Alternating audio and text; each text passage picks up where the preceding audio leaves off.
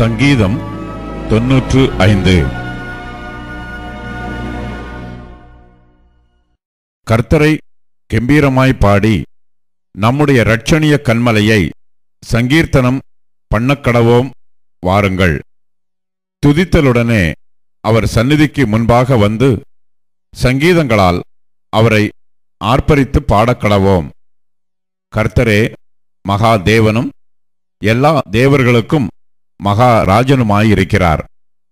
பூமியின் ஆழங்கள் அவர் கையில் இருக்கிறது, பர்வதங்களின் உயரங்களும் அவருடையவைகள்.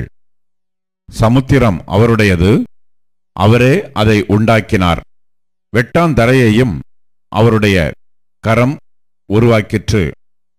நம்மை உண்டாக்கின கர்த்தருக்கு முன்பாக நாம் பணிந்து குனிந்து முழங்கால் படியிடக் கடவோம் வாருங்கள்.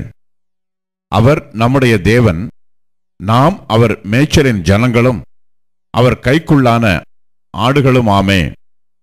இன்று அவருடைய சத்தத்தை கேட்பீர்களாகில், வனாந்திரத்தில் கோபம் மூட்டின போதும் சோதனை நாளிலும் நடந்தது போல உங்கள் இருதயத்தை கடினப்படுத்தாதேயுங்கள்.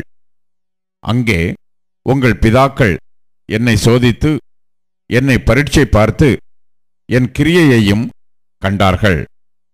40 வருஷமாய் நான் அந்த சந்ததியை அரோசித்து அவர்கள் வழுவிப் போகிற இருதயமுள்ள ஜனமென்றும் என்னுடைய வழிகளை அறியாதவர்கள் என்றும் சொல்லி என்னுடைய இளைப்பாறுதலில் அவர்கள் பிரவேசிப்பதில்லை என்று என்னுடைய கோபத்திலே ஆணையிட்டேன்.